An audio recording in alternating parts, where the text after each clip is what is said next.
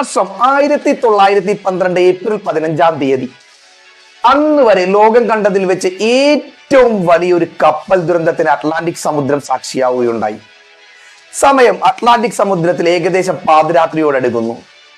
3000-ൽ പരം യാത്രക്കാരുമായി ടൈറ്റാനിക് എന്ന് ഒരിക്കലും മുങ്ങില്ല എന്ന് വിചാരിച്ചിരുന്ന ആ ലോകത്തിലെ ഏറ്റവും വലിയ കപ്പൽ എന്ന് അവകാശപ്പെട്ടിരുന്ന ആ ഒരു ആഡംബര നൗക അറ്റ്ലാന്റിക്കിലെ ആഴങ്ങളിലേക്ക് മുങ്ങിപ്പോവുകയാണ് ഉണ്ടായിരുന്നത്.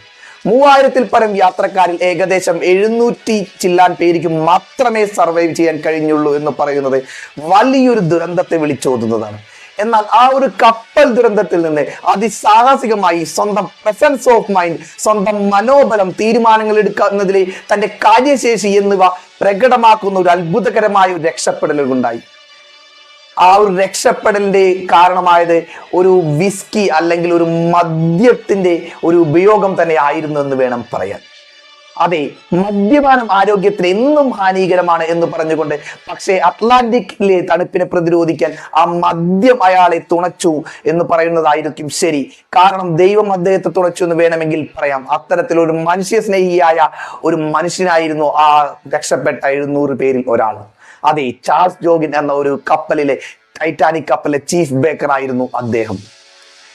സംഭവം ടൈറ്റാനിക് മുങ്ങുകയാണെന്ന് വിവരം അറിഞ്ഞ് അദ്ദേഹം ചുറ്റുപാട് കണ്ണോടിച്ചു. പക്ഷെ കാണാൻ കഴിഞ്ഞത് പേടിച്ചരണ്ട മുഖങ്ങളും നമ്മുടെ ലോകം അവസാനിക്കാൻ പോവുകയാണ് എന്ന് പറഞ്ഞ് കലബല കൂട്ടുന്ന ആളുകളും, ലൈഫ് ബോട്ടിന് വേണ്ടി പരസ്പരം തല്ലുപിടിക്കുന്ന ആളുകളും, ബോയകൾക്ക് വേണ്ടി ഇടികൂടുന്ന ആളുകളുമാണ്. മറ്റൊന്നും ചിന്തിക്കാതെ അദ്ദേഹം നേരെ കപ്പലിന്റെ അടുക്കളയിലേക്ക്, കിച്ചണിലേക്ക് നടക്കുകയാണ് ഉണ്ടായത്. അദ്ദേഹം തുറന്ന് തന്റെ ജോലിക്കാരോട് പറഞ്ഞു, ആവശ്യത്തിന് ബ്രെഡും മറ്റുള്ള ഭക്ഷണങ്ങളും എടുത്ത് സ്ത്രീകൾക്കും കുട്ടികൾക്കും കൊടുക്കുക.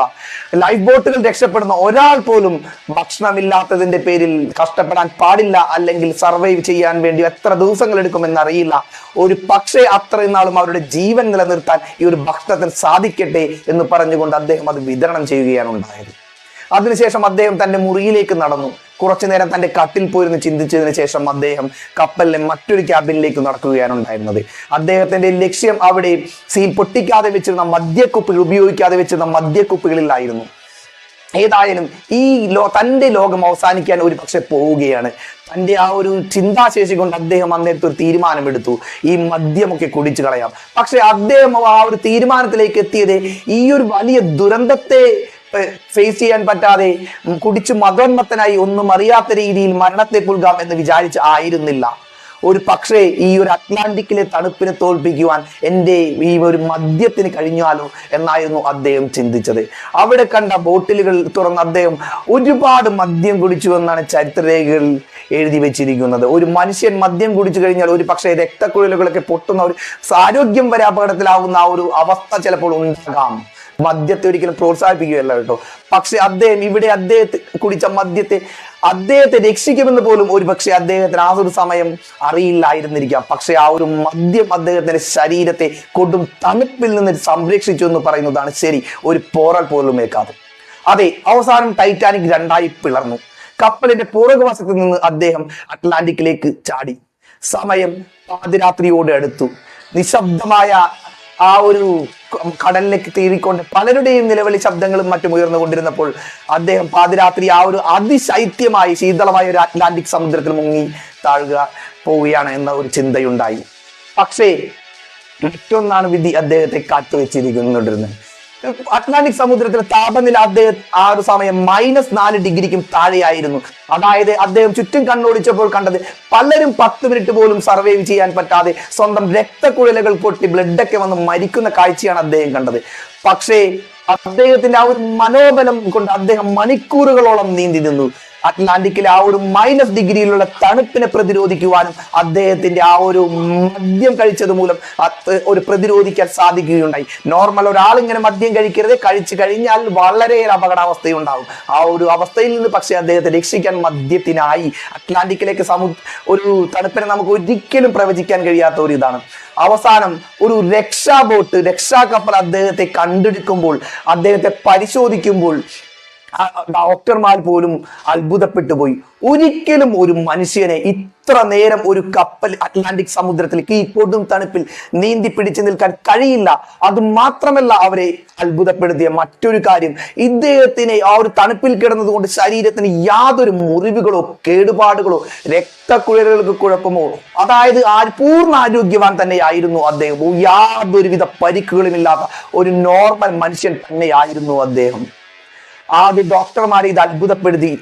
കാരണം അറിയാൻ വേണ്ടി അദ്ദേഹത്തോട് പലരും കാരണം ആ ഒരു സമയത്ത് ചോദിച്ചു. പക്ഷെ അദ്ദേഹം ഒരു മൗന കൊണ്ട് ഒരു പുഞ്ചിരിയാണ് മറ്റുള്ളവരുടെ മുഖത്തേക്ക് ചൊരിഞ്ഞത് എന്നാണ് ചരിത്രരേഖകളിൽ എഴുതി വെച്ചത്. പിന്നീട് അദ്ദേഹം 78-ാം വയസ്സ് വരെ ജീവിച്ചെന്ന് മാത്രമല്ല, പിന്നീടും തന്റെ സാഹസിക ജീവിതം തുടർന്നു. അദ്ദേഹം നേവിയിൽ ചേരുകയും പിന്നീട് ബ്രിട്ടീഷ് നേവിക്ക് വേണ്ടി പണിയെടുത്തു എന്നൊക്കെയാണ് പിന്നീട് ഉള്ള വിവരം. ഏതായാലും ഈ ഒരു കാര്യം നിങ്ങളോട് പറയുവാൻ കാര്യം വേറെ ഒന്നുമല്ല.